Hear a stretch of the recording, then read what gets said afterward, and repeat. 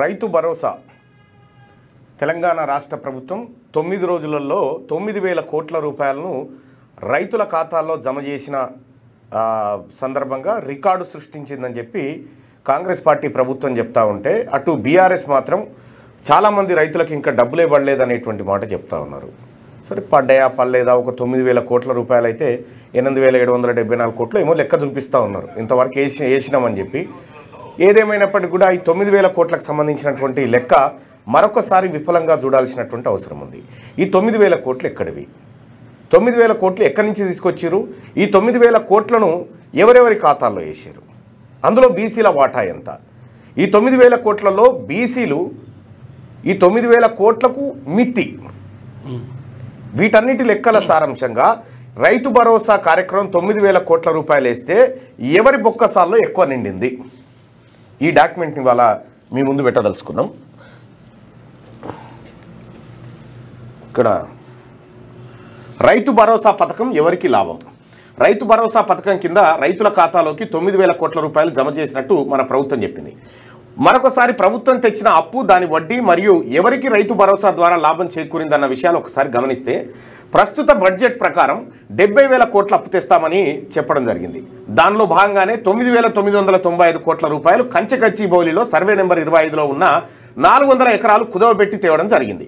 ఈ భూమి విలువ మార్కెట్ వాల్యూ ప్రకారం 20,800 కోట్లు కాగా అంచనా వేసి లోన్ అమౌంట్ 80%గా చూస్తే 16,640 కోట్లు అయితే ఫైనల్గా 70% అప్రూవల్ ఇచ్చి 14,560 కోట్ల వరకు అప్పు తీసుకునే అర్హత నిర్ధారించడం జరిగింది. ఈ అప్పును Telangana state industrial infrastructure corporation, ఆ తర్వాత senior secured non convertible debentures నుండి తీసుకోవడం జరిగింది. టీజీఐసి తర్వాత ఎన్సిడి రైట్.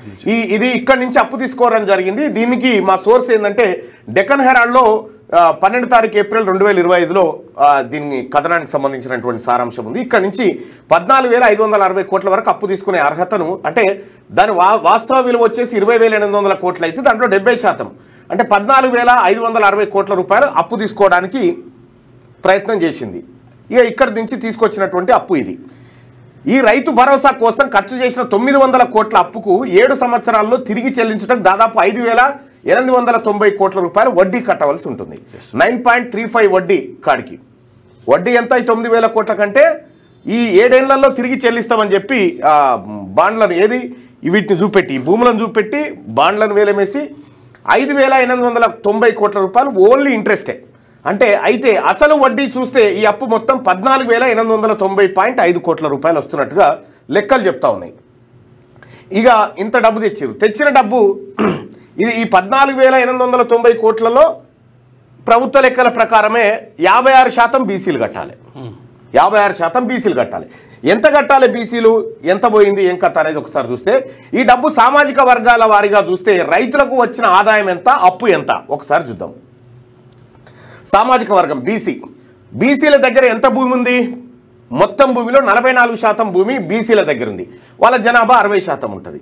వచ్చిన ఆదాయం కోట్లలో ఈ 44% మంది రైతాంగానికి 3,960 కోట్ల రూపాయలు వాళ్ళకి ఇప్పుడు రైతు భరోసా కింద వచ్చింది.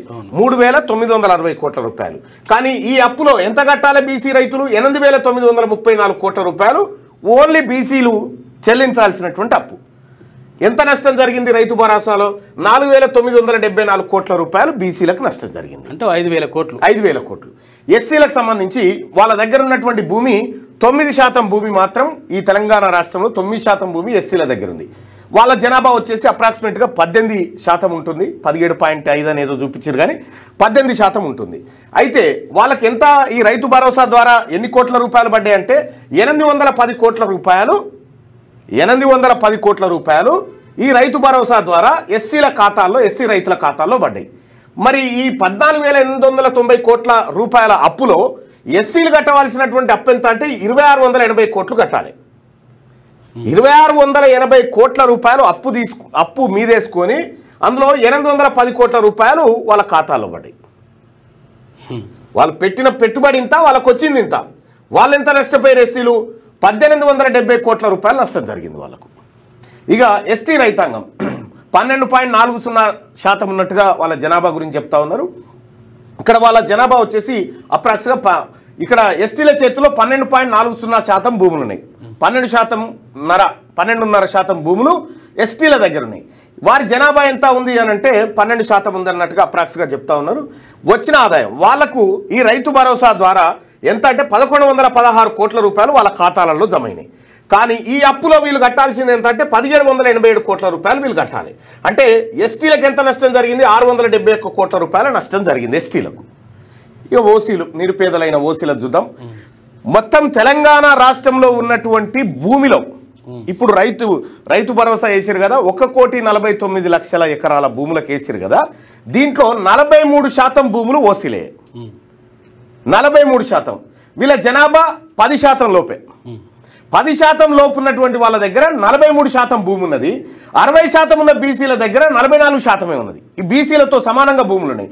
18% ఉన్నటువంటి ఎస్సీల దగ్గర 9% భూములే ఉంటే ఇక్కడ ఎస్టీలకు వాళ్ళ జనాభా దామాష ప్రకారం ఉంది. ఇక్కడ 43% రైతు భరోసా నిధులు వీళ్ళ ఖాతాలో పడ్డాయి. దీంట్లో వాళ్ళ జనాభా 10% లోపు ఉంటే వాళ్ళకు వచ్చిన ఆదాయం ఎంత అంటే ఇప్పుడు 43%కి 3,870 కోట్ల రూపాయలు, 3,870 కోట్ల రూపాయలు ఓసీల ఖాతాల్లో జమైనాయి రైతు భరోసా కార్యక్రమంలో. మరి 14,890 కోట్ల రూపాయల అప్పులో ఓసీలు ఎంత కట్టాలంటే 1,489 కోట్లు కడితే సరిపోతుంది వాళ్ళు. అంటే వాళ్ళకి లాభం ఎంత? 2,381 కోట్ల రూపాయలు ఓసీలు లాభపడ్డారు. రైతు భరోసా పథకం ద్వారా లాభపడ్డది ఎవరు? ఇప్పుడు